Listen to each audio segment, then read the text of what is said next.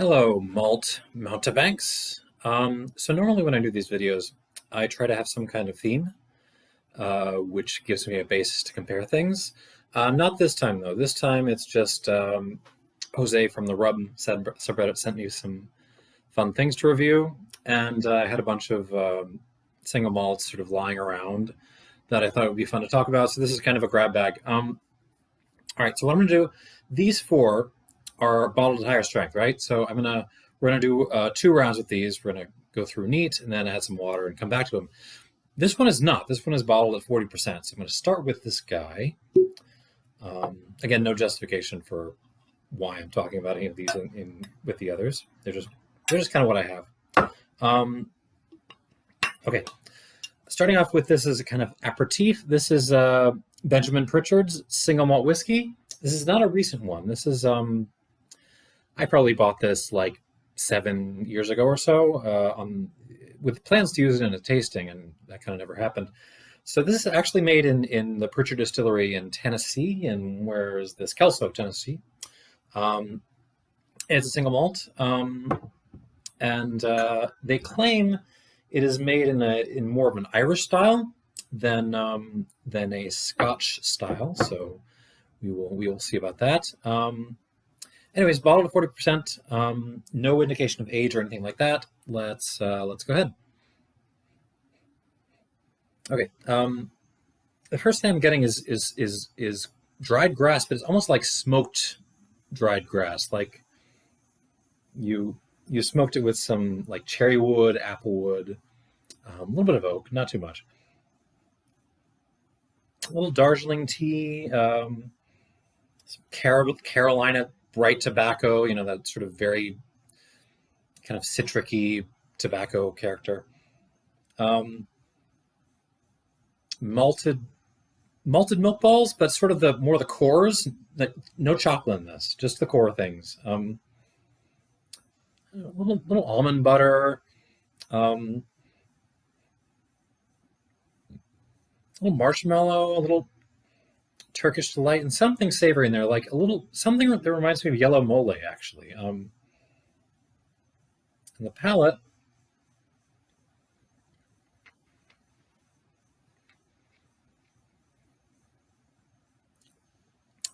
it's nice, grassy again. That sort of hardwood, sort of smoked hardwood thing coming through again. It's more maple wood now than cherry wood or apple. A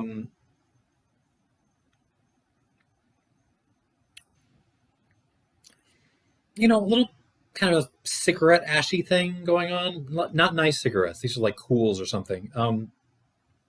Some graham crackers.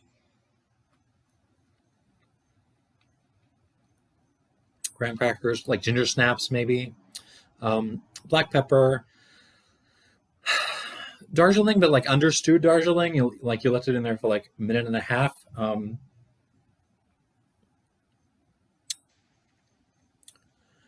Little Macphail flake tobacco. They're sort of standard. I think they call it a navy flake. Some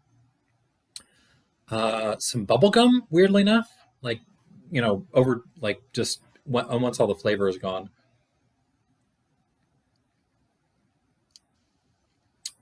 Oh yeah, the sort of cheap flake tobacco thing is very obvious. Not bad. I would give this an 80 out of 100 off the top. So it strikes me as, yeah, this would be sort of a decent stand-in for. On the one hand, you're sort of your Tyrconnells, right? But also, your Glenfiddicks and stuff. Like, you put this out. For some folks who are visiting, they will not be disappointed, but they're also probably not going to be thrilled. The problem with this is it's priced above those things. This is, I think, priced around like $50 or something. Which, if you can get it for discount, it's not bad. It's a great sort of house malt. But other than that, unless you have a friend who lives in Tennessee but just refuses to drink anything but single malts, and you're buying a gift for them. I don't really see a reason to spend a lot of time on this one. 80 points, it's fine. Let's move on. Let's put that there.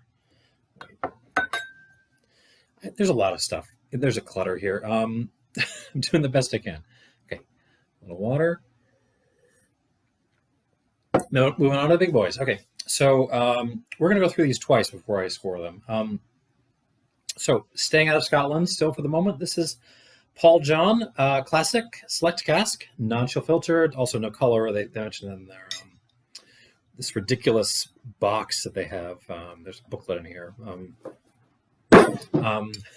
So Classic Select Cask. I've tried their peated version, which I liked very much. I think it was like a 86, 87, somewhere around there. This is the unpeated version. No indication of age, but probably young. Remember, this is they're headquartered in Bangalore alongside Amrut, but they actually have the distillery on the west coast in Goa. So this is batch number 3, and let me throw these notes away. Okay. Yeah, nice. Okay. There's some vanilla bean, little ash coming through. There's like wood ash, but like it's like orange. Throw some oranges and pineapples in there, but then like toast them up a little bit. Throw them in with some like campfire ashes. It's a little bit of a fruit bomb, but it's tempered by that sort of, ashy character. Okay, overripe apples too. Some just classic malty notes. Just some hardwood smoke, maybe along with maybe more cherry wood than this guy. A little light pepperiness. Lovely, kind of like an orange pith thing going on. There's a lot of orange character. It's not some sort of an aggressive, bitter orange like say tomatun. That's more challenging than this. This is actually a much more easy style, though you can see the relationship. Okay, on the palate, remember 55.2% alcohol. I don't think that's cask strength. Well, I don't know what cask strength would be, but this is a batch. So here we go.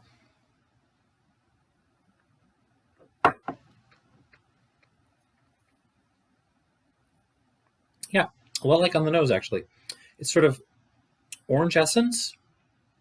Oh, there's a kind of lovely Cointreau note, actually. A little active oak, a little a little vanillin, a little wood smoke, wood spice.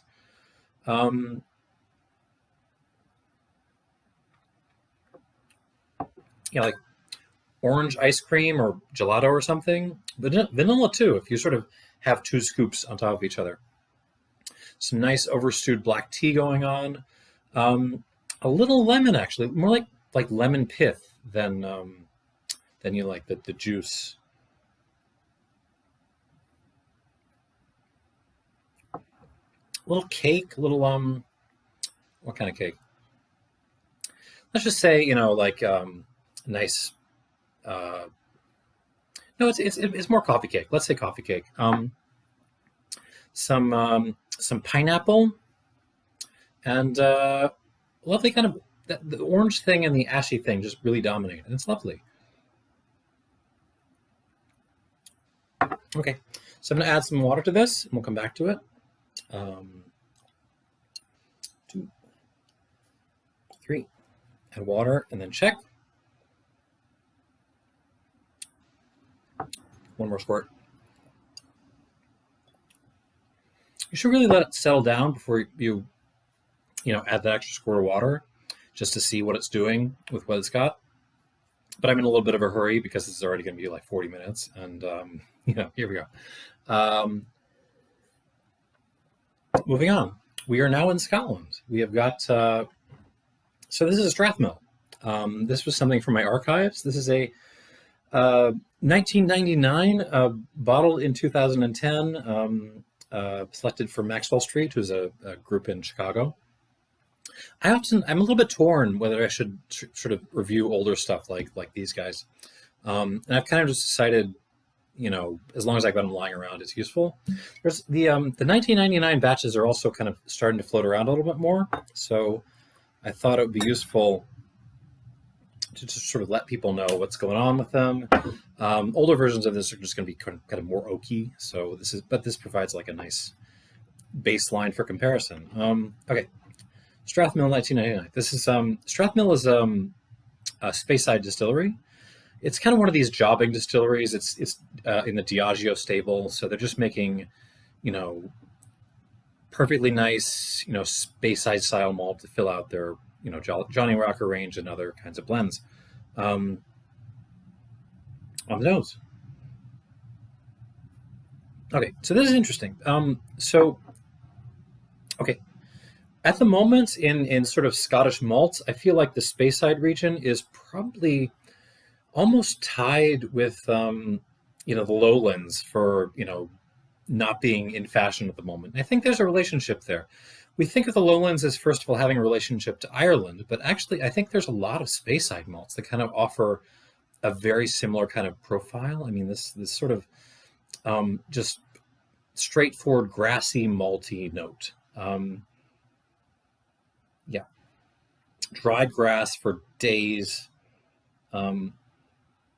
Some vanilla beans, sort of like toasted vanilla beans, just straight up malted barley, honestly. Fresh coffee grinds. I don't know what kind of coffee. Sort of darker roast, maybe some Vienna roast coffee. Rice pudding. A little white chocolate in there. A little white. Actually, quite a lot of white pepper. This is very peppery. I believe that's the cask. Some melon, actually, a little like nice melon. Like we ate a ton of melon when we were visiting Turkey, so I'm going to say Turkish melon. Toasted walnuts, little hints of those chocolate orange things that you can buy at Trader Joe's. And you sort of have to smack them on the table. This is one of those sort of a milk chocolate orange. Not as orange as this. It's actually fun to taste these side by side because you can see the relation between the profiles, but they're also interestingly different on the palate.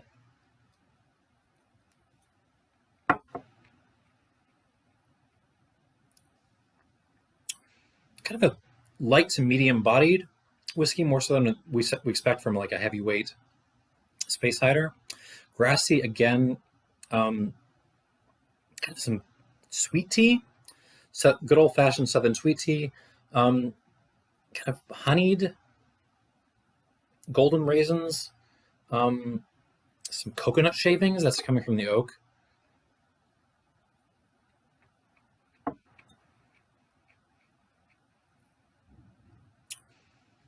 Some like apple, but it's like caramel apple. The chocolate orange thing again. You can tell this is a bourbon cask. I mean, the number of bottles is 223 bottles. That just screams, bourbon cask to me. And you can tell from the color, like it's a fresh one. So again, same thing with this, unchill filtered, natural color. But I mean, one taste of this, you can tell.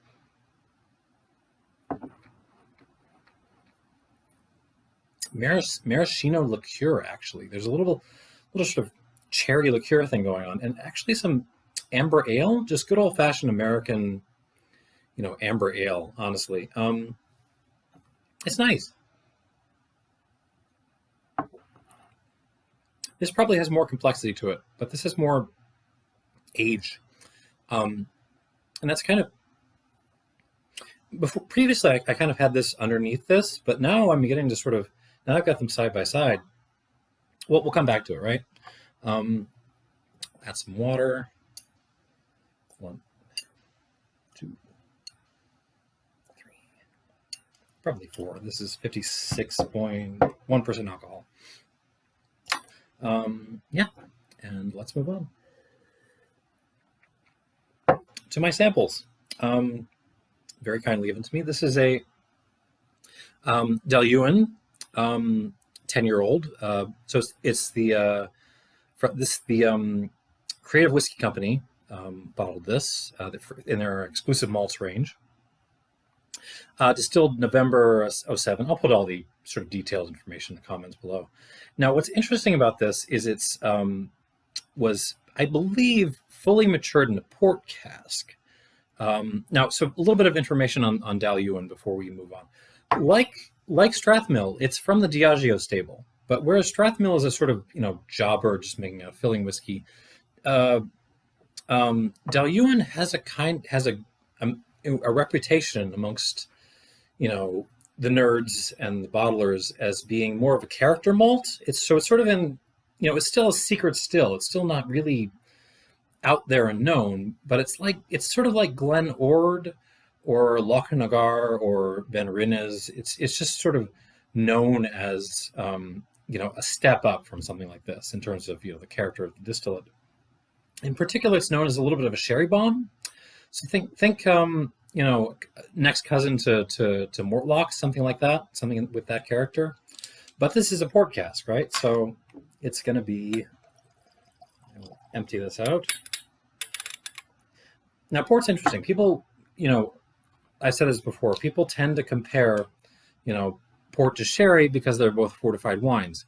Difference is sherry is mostly dry and white wine based. Port is almost always sweet. You will find a couple of white ports out there, but not many. Almost always sweet and always red wine based. Now that should set off some alarm bells for you, because often with malt whiskey you run into problems with dessert wine casks and red wine casks in particular. So already I'm a little bit scared, but interested at the same time, because I like Dailuaine. I've had a bunch in the past. Okay, so here we go. 58.4% alcohol.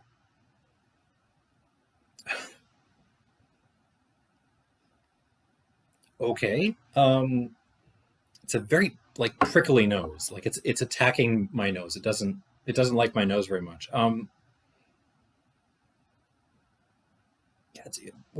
It's brutal actually. A little fruitcake, but the dominant note is really sort of IHOP fruit syrups, sort of strawberry and cherry. You sort of mix those up. A little Manuka honey coming through. I guess that's the Speyside side of this. Fruity cough syrup, but it's sort of not Robitussin. It's this sort of red colored stuff that you know that I don't know. But there's also this sort of dirty, slightly vegetal side, potatoes, root vegetables you find in a farmer's market that still have tons of dirt on them. You just pick them up and you smell them. Floral notes, but it's not. It smells like more plug-in air freshener than actual flowers. But I mean, the main thing is just the aggression. It's not the alcohol. I think it's just purely the nature of the cask. It smells very sort of chili-like. Don't ask me which chili. Sort of a, not a, I don't know. On the palate.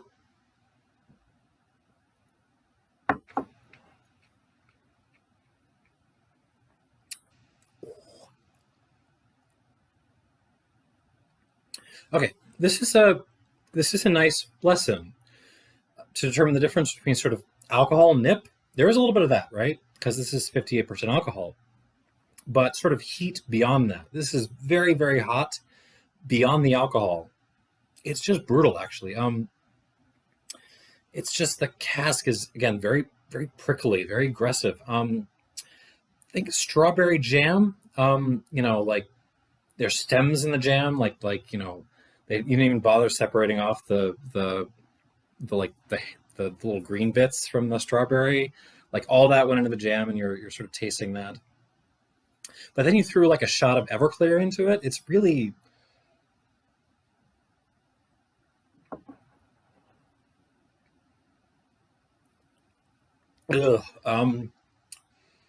strawberry jam with Everclear is the best I can do. A little bit of that sort of red cough syrupy thing again.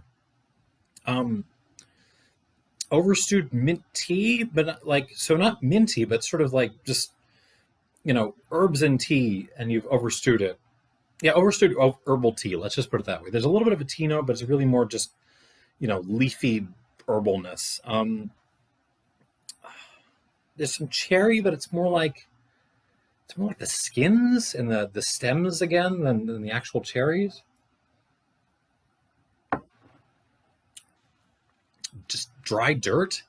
Grappa, not nice grappa. We're talking like, not nice grappa. That air freshener thing again, the sort of artificial, floral nature of this, the some lychee fruit coming through.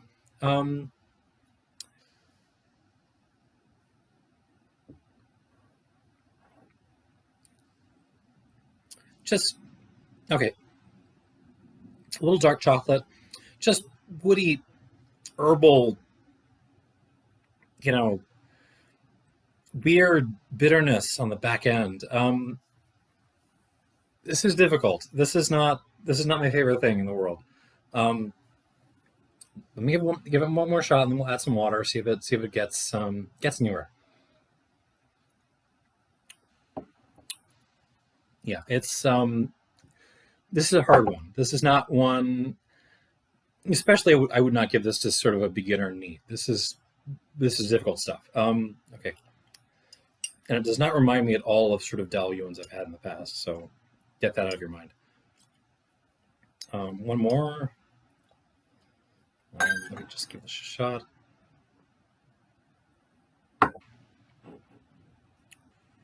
Oh, it gets even more aggressive with water. Okay, give that a second to settle down. And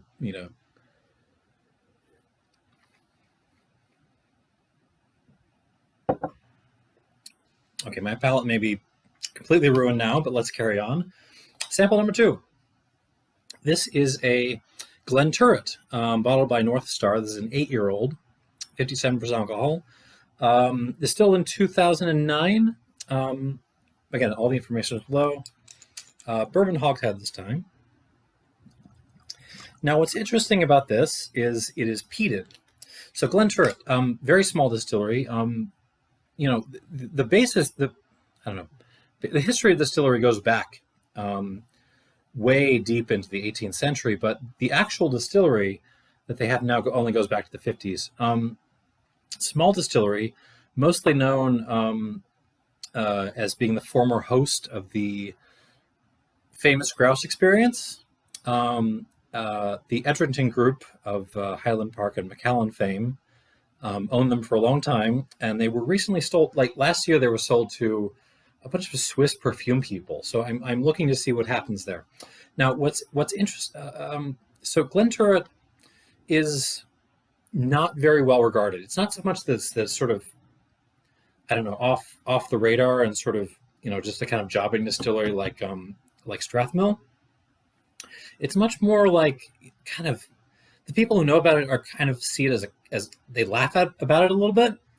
It's because the still character is so unusual. It tends to be very herbal and yeasty and a little cardboardy. It's difficult stuff. It's sort of in that same category as Fettercairn or what else?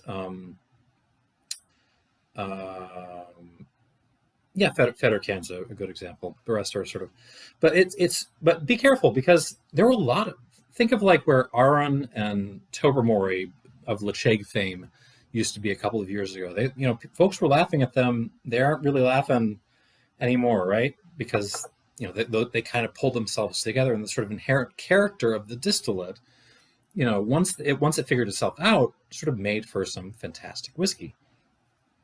So this is Glenturret. It's peated though, and I've never had a peated Glenturret before. So here we go. Wow. Okay, a lot going on. So let's start off with the peat itself. So there's a lot of peat. This is not clean, maritime island peat like you would get with Ardbeg or something like that. This is This is mainland peat. And it's very, very barnyardy. I mean, there's, wet dogs running around and like cows and pigs and, maybe a little manure, with horses and things. That's the kind of peat we're talking about here. Oh,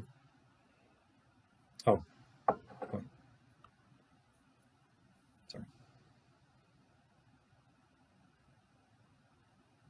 A little, but beyond that, I mean, it's a kind of German lager note. Barnyard, kind of a doppelbock thing.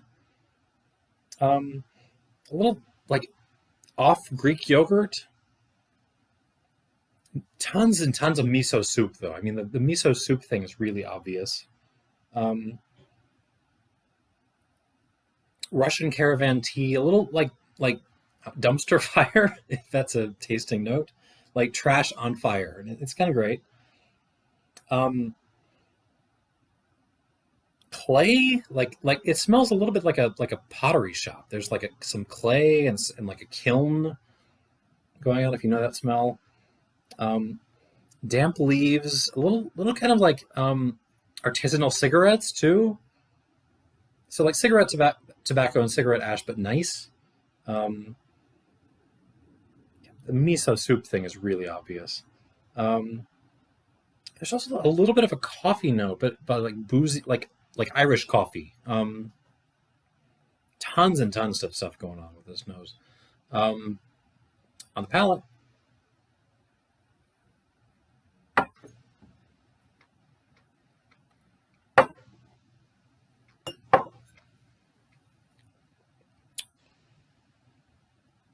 just really big. I mean, it has just kind of Patrick Swayze on me in the back of my mouth. It's sort of the finish stops with my molars, and that's a little bit concerning. But I mean, beyond that, it's just really big. So barnyard peat again. So the wet dog's still there. Wet dog hair. Manure, cows, pigs, all that stuff going on. Like, what is that? Apple something like.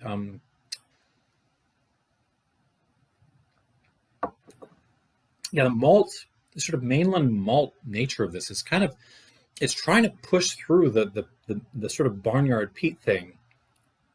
So you're getting like, apple cider. It's a little bit sour, but it's a little bit sweet. So with like more like apple soda, apple like cider vinegar also going on. But alongside that, you have like just the dirt and the leaves and a little tropical, like papaya, like pineapple.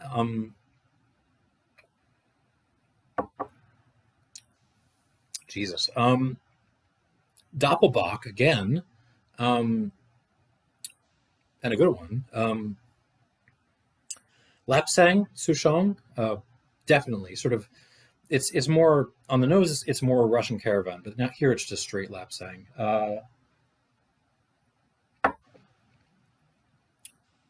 This is good shit.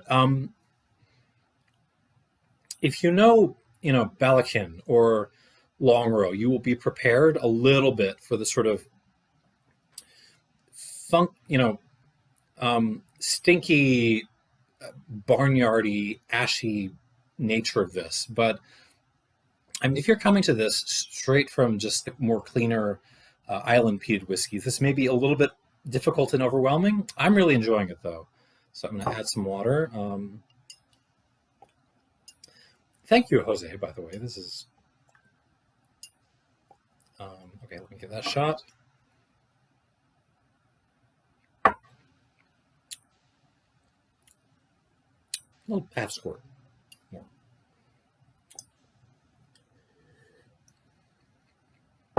Yeah, it's a lot of peat too. It's like we're not talking about like Ardmore levels here. This is a step up from that. This is like,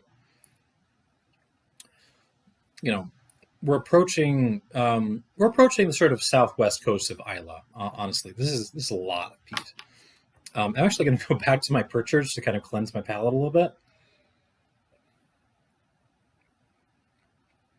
I mean, port cask followed by peat bomb like this. Let's see. Okay, let's see if I can still taste anything. That's why you buy this, is just to have around to rinse your mouth after these two. Okay, back to the Paul John. Remember? Okay, with water and a little bit of time. Oh, lightens up, gets a little bit more floral. Little nice like liqueur notes coming through. You know, like a little Grand Marnier happening. A little more white pepper. A little black licorice too, actually, which is nice. On the palate,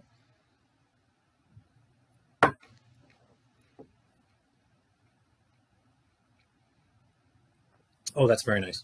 It's very balanced. Just a balancing off sweetness and sour and bitter, a little spiciness coming from the cask, that sort of wood spice, black white pepper thing. A little cinnamon and clove, which is nice. You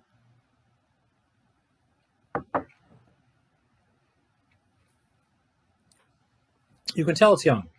You're not yet getting those sort of tertiary notes that would come out if this has spent a little bit longer in the cask.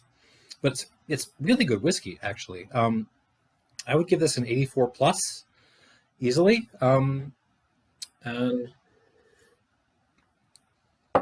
mean, I so far as people know cask strength and know the rules for that, I mean, I would have a hard time believing someone not liking this. It's nice. It's extremely well made. It's extremely well balanced.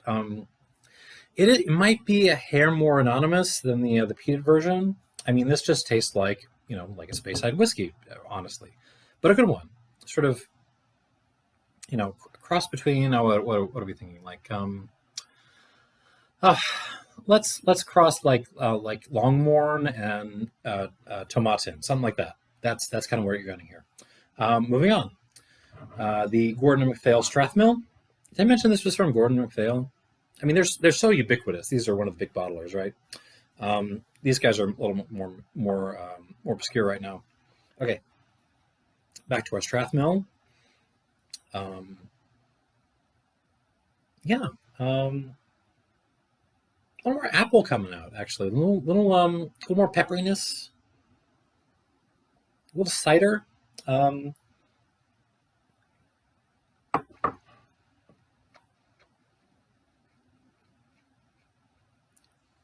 Okay. Gets a little more desserty, actually. Custard, apple pie. Some more wood spice coming through.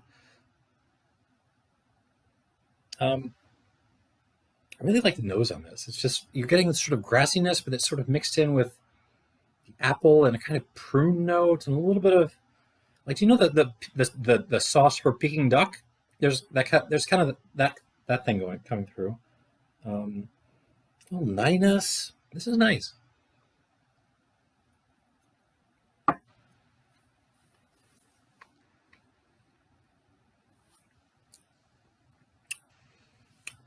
Yeah, the grass and the apple are kind of playing off each other. It's great. I originally had this ranked lower than this guy, but I mean, they really deserve the same score. So I'm going to give this an 84 plus. I'm going to amend the score I have written in my notes here. 84 plus. Lovely.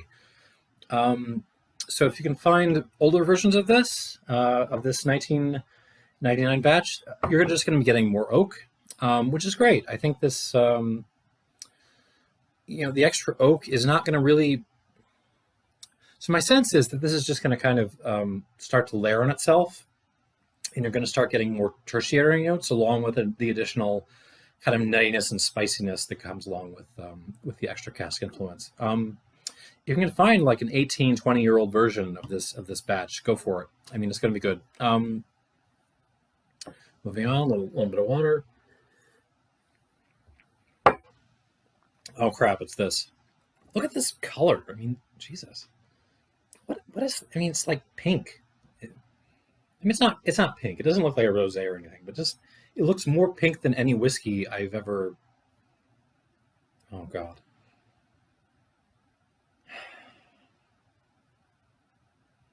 It actually gets more aggressive when you add water to it. I don't know. It's there's some nice stuff coming through. There's some wild berries that I like, with stems. Like think like wild fruit, but just include the stemminess and the greenness along with the sort of fruitiness. Um, like sugar cookies, maybe some ginger snaps, some sort of drizzle some honey on it. But you have to remember like the stems and something like a green. There's something more. It's almost like there's some kale in here or something. Yeah. On the palate, I do like that smelling this better. Even with the extra prickliness, this improves with a little bit of water on the nose.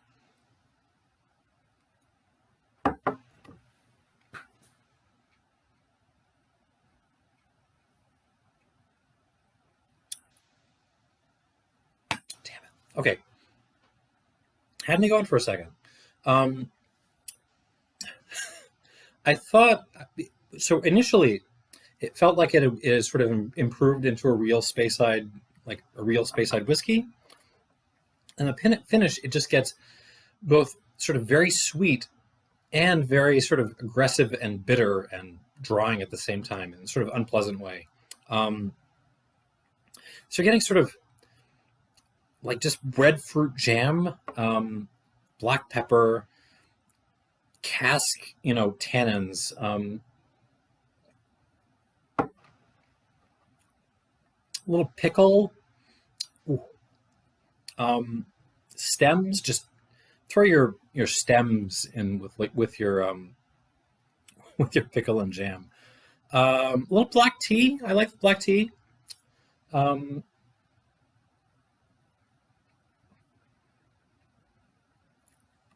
Yeah, this is not my jam. This is not my thing. It just feels. I don't hate this. I don't. It feels off balance, and there's lots of things clashing against each other. But this has character. I mean, that's kind of to its credit, right? I mean. So if I can get nerdy for a second, Kant. Immanuel Kant made a point which I think philosophers today still haven't picked up on. Especially as a young man, he used to make the point that the usual condition for the possibility of anything being at all is logical non-contradiction. If something is both A and not A, that is a criterion for its being impossible. It has to not be that in order to be possible at all. So internal conflict is what makes something impossible. Kant points out, there's something prior to that, right? There's something more fundamental. You need to have content. You need to have the A just hang out in some way in order for there to be sort of internal conflict. So you need to have content before you can even talk about contradiction. So there's a if you like a sort of contentful criterion for possibility. That precedes that of contradiction. And to use to return my analogy, this whiskey, the fact that there's so much character going on is to its credit. I mean, it sort of got that. The fact that it's all clashing is what kind of gets in the way. I'm going to give this, 76 points. I like some of the things going. I like the tea. I like the the kind of. I like certain elements of this, but it's just there's so much wrong going on here. Let's move on. 76 points to the one that is going to win this. I just know it. Okay, back to the Peaty Glenturret. 8-year-old. Okay. God in heaven, this is nice. You have to like stinkiness. You have to like Languedoc wines and bready beers, things like that. But if you're there, I mean, this is just like barnyardy peat and coal smoke heaven. I mean, it's like, throw some like Turkish delight in there. Like, what is that? It's like orange skins, but they're like smoky and like deep fried or something. Like deep fried orange skins. Let's go with that. Like exotic cigarettes, like, you know, the American spirits people just lost their minds and made something. More German beer of various kinds. Throw some wheat beer in there, along with your Doppelbock, and just lots of farm animals, but just covered in, you know, cigarette ash, that kind of thing. I love this nose. I really do. Could use a little more age, a little more refinement, but I mean, it's just you know, gorgeous in that sort of dirty kind of fun way. On the palate,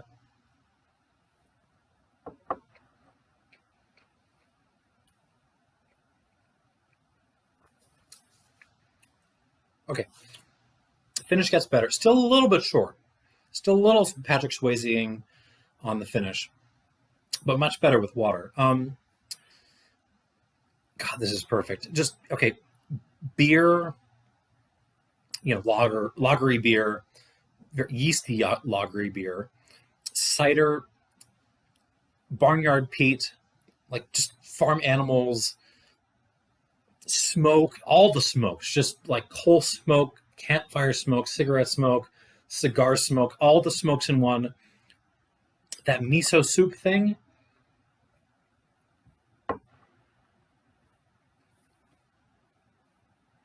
a little like, okay, the Turkish delight note thing is from the nose is here. It's sort of floral candy, but something reminded me of like mezcal ancestral. You know, the clay distilled mezcal. God, this is good. Oh,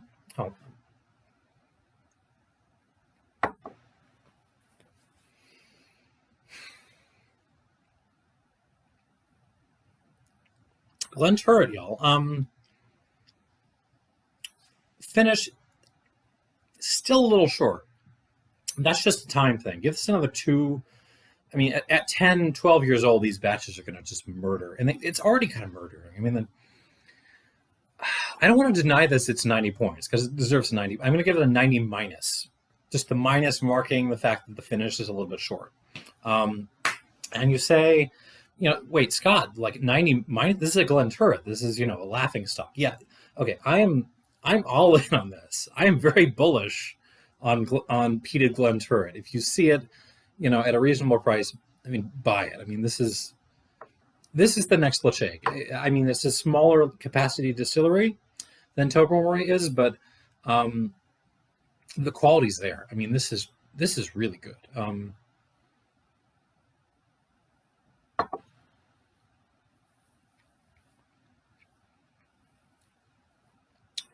Just take the sort of stinky extremity of Balakin and Longrow and just run with it. I mean, this is, oh God, it's gorgeous though in that sort of style, and you have to be willing to sort of grant it that kind of style. Yeah, this wins 90 minus. What do I got in second place? Yeah, these two tied at 84. Then you got. Why am I pointing at the glasses? They don't have these two tied at 84. This Glenturret winning. The Pritchards perfectly okay. You know, not gonna hurt anyone. At 80, and this is 76. Jose, I love you. Thank you for trying this, but thank you for letting me try this. But I don't want to drink any more of this. Thank you very much. Thanks for watching my grab that video, and I hope some of this was useful to you. Go buy some Glenturret, peated Glenturret. It's a thing. I don't know how it became a thing, but it's a thing. Thanks a lot. Hope this is useful, and cheers.